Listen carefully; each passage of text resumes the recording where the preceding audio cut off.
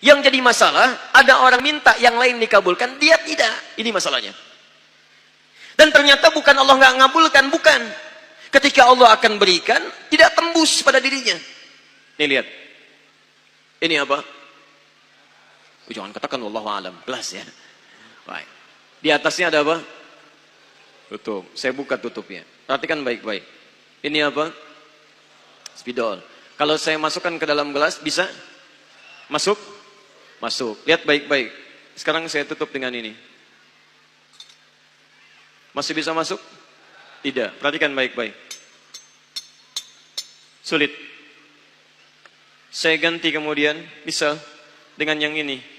Lebih halus. Saya tutup begini. Masih bisa masuk? Sulit. Mau dipaksa jadi masuk ke dalam, jadi kotor, tidak bisa diminum. Lihat baik-baik. Terkadang ketika Allah dengan sifat sayangnya ingin mengabulkan permohonan hambanya, bukan doa tidak dikabulkan, tapi permohonan ini tidak sampai pada dirinya karena ada sekat yang menutup. Itulah dosa. Itulah maksiat. Semakin pekat dosanya, semakin kuat penghalangnya, maka semakin sulit kemudian Allah memberikan rahmat yang turun pada dirinya. Maka banyak hadis menyampaikan kepada kita, lihat baik-baik. Saya sampaikan satu hadis dari Nabi SAW. Thumma dzakara rajula. Lalu Nabi mengisahkan tentang seorang lelaki, yutilus safara, yang menempuh perjalanan yang jauh. Orang yang menempuh perjalanan jauh, maka doanya cepat dikabulkan oleh Allah Subhanahu wa taala. Teman-teman yang ikut dari Bandar Lampung, ada yang tadi jaraknya 150 km Tulang Bawang dari sini. Lihat, begitu di jalan mohon kepada Allah, minta. Ya, safar yang baik itu cepat mengabulkan doa. Orang ini safar. Yamuddu yadaihi ila sama, dia mengangkat tangannya ke langit begini. Orang yang berdoa mengangkat tangan itu lebih cepat dikabulkan daripada yang diam. Hadisnya banyak.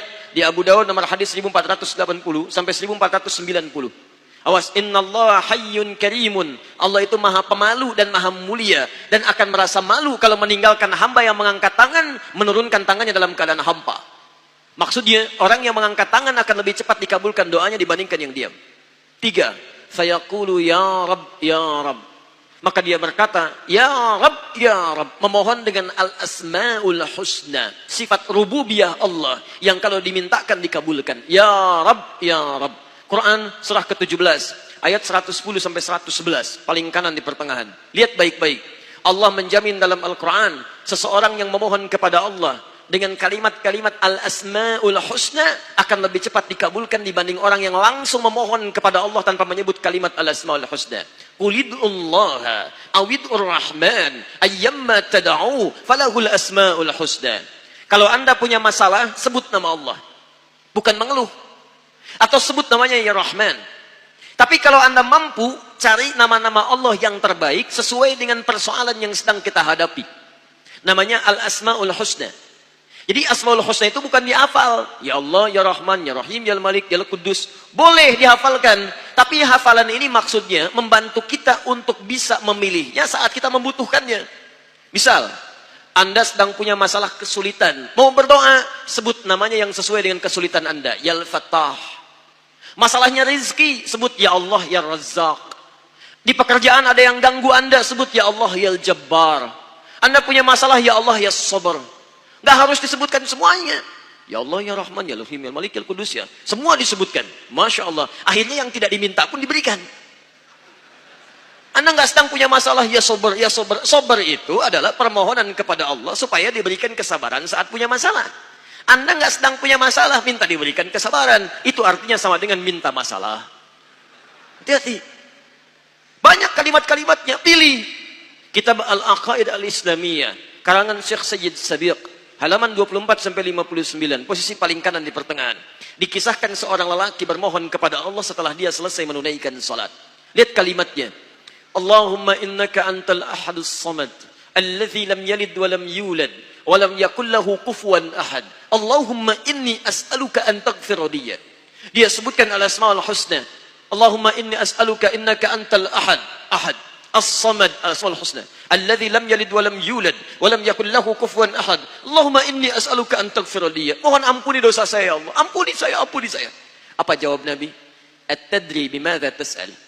Tahukah engkau barusan mengucapkan kalimat apa saat berdoa? Kata orang ini, wallahu wa rasuluhu a'lam. Famat'amu haramun, karena makanannya haram. Ketika Anda memakan yang haram, maka makanan jadi sekat dalam diri Anda, menjadi penghalang doa itu sampai kepada diri Anda. Tuh. Dibagikan kepada anak-anaknya, muncul haram di keluarga, maka sulit turun rahmat ke dalam keluarga itu. Makanya kalau sudah maksiat terjadi, maka mohon maaf, rahmat sulit diturunkan, hidayah sulit masuk dalam diri seseorang. Maaf, ini yang haram, beredar dengan darah, masuk ke dalam telinga. Quran kemudian muncul surah ke-6 ayat 25. Wa fi adhanihim waqra, di telinganya akan ada sumbatan. Bukan nggak bisa dengar, yang lain kedengaran. Cuman ketika diminta yang baik-baik, nggak tembus dalam telinganya.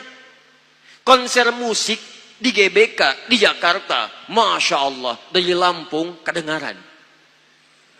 Masjid yang jaraknya 5 meter dari rumah, tak nyampe. Ini rumah dia, ini masjid, mikrofon masjid ke rumahnya begini nih. Sepeda ada, motor ada, mobil ada, kendaraan ada. Allahu Akbar. Hayya 'alas shalah. Gak dengar.